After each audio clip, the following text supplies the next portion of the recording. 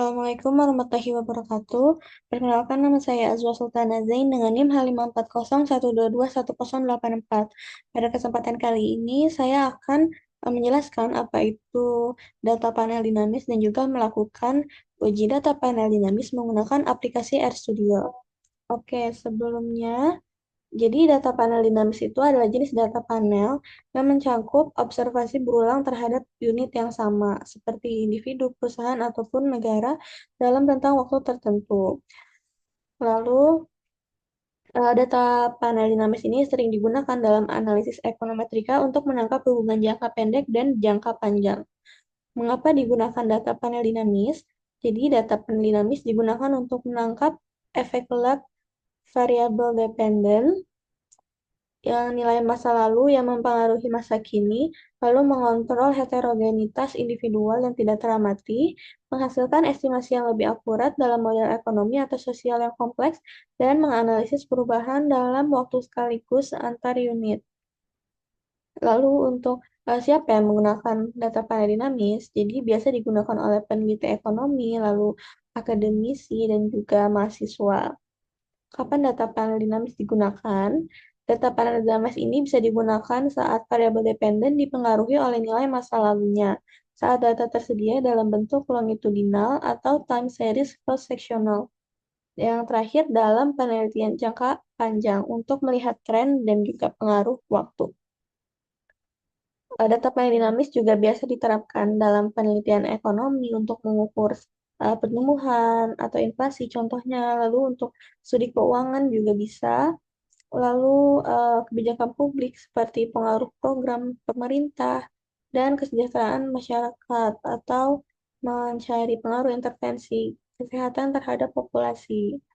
Selanjutnya, bagaimana cara mengolah data panel dinamis? Jadi, biasa menggunakan teknik khusus seperti GMM atau Generalized Method of Moments, lalu menggunakan software statistik seperti Stata, IFIS, atau RStudio yang akan saya pakai. Lalu model dibentuk dengan memasukkan lag variabel dependen dan juga variabel independen. Nah, selanjutnya kita akan mengontrol fixed effect atau random effect sesuai kebutuhan model. Oke, sekarang lanjut saya akan melakukan demo uji data panel dinamis menggunakan aplikasi RStudio. Oke, di sini saya udah punya rumusnya yang akan kita masukkan menggunakan run ini ya. Pertama kita import data set from Excel. Kita masukkan data yang ingin kita uji. Oke, ini udah keluar ya teman-teman data dari uh, yang ingin kita uji, mulai dari sampel, tahun, dan juga variabel-variabel yang akan diuji. Ini untuk namanya bisa kita rename aja jadi data.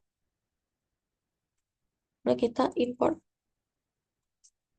Oke, jadi kalau udah muncul seperti ini, berarti data sudah berhasil dimasukkan.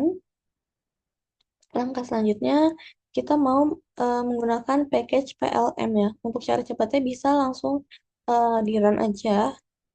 Jadi nanti otomatis di package sini sebelah kanan, PLM-nya itu akan langsung tercekas gitu. Berarti untuk melakukan uji ini, PLM-nya sudah bisa digunakan.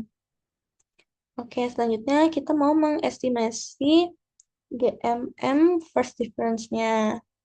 Ini bisa langsung kita blok aja semua. Klik run. Oke, ini udah keluar ya, teman-teman, hasil dari first difference GMM seperti itu. Jadi tujuannya melakukan ini adalah untuk mengatasi masalah endogenitas. Kalau di sini kita lihat untuk sargan tesnya itu dia p-value-nya adalah 1, sedangkan uh, instrumen yang valid itu ditunjukkan dengan p-value yang lebih besar daripada 0,05. Berarti dia instrumennya valid. Seperti itu. Untuk uji autokorelasi juga bisa dilihat di sini nilai p-value dari eh, autokorelasi AR2 itu dia juga konsisten ya karena lebih besar daripada 0,05. Ya, selanjutnya kita mau mengestimasi eh, fixed effect model. Yang pertama, nah bisa dilihat di sini untuk fixed effect model dia p-value-nya juga lebih besar daripada 0,05 seperti itu. Selanjutnya estimasi PLS. Di sini juga dilihat dia p-value-nya itu kurang dari 2,2. Bisa dilihat di sini hasilnya. Oke.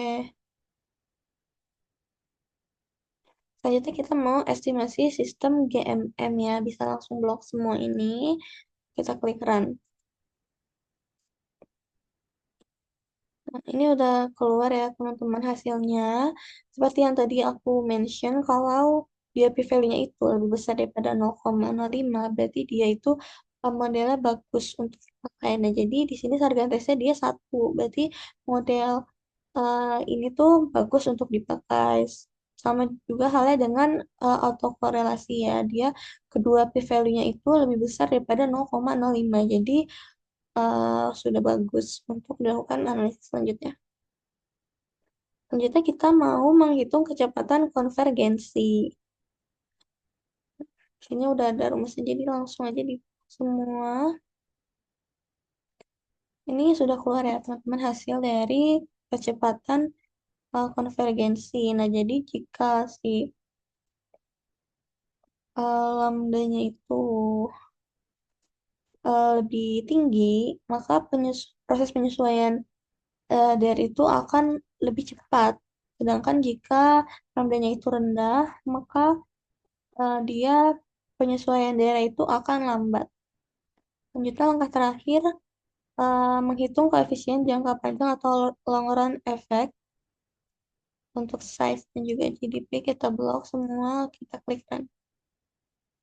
Oke, ini juga hasilnya udah keluar. Nah, jadi long run effect ini bertujuan untuk mengetahui pengaruh permanen jangka panjang dari size dan juga GDP terhadap DER. Nah, untuk size ini dia eh, positif ya teman-teman. Nah, jadi perusahaan yang lebih besar itu cenderung memiliki DER yang lebih tinggi. Nah, kalau untuk GDP, dia ini negatif hasilnya.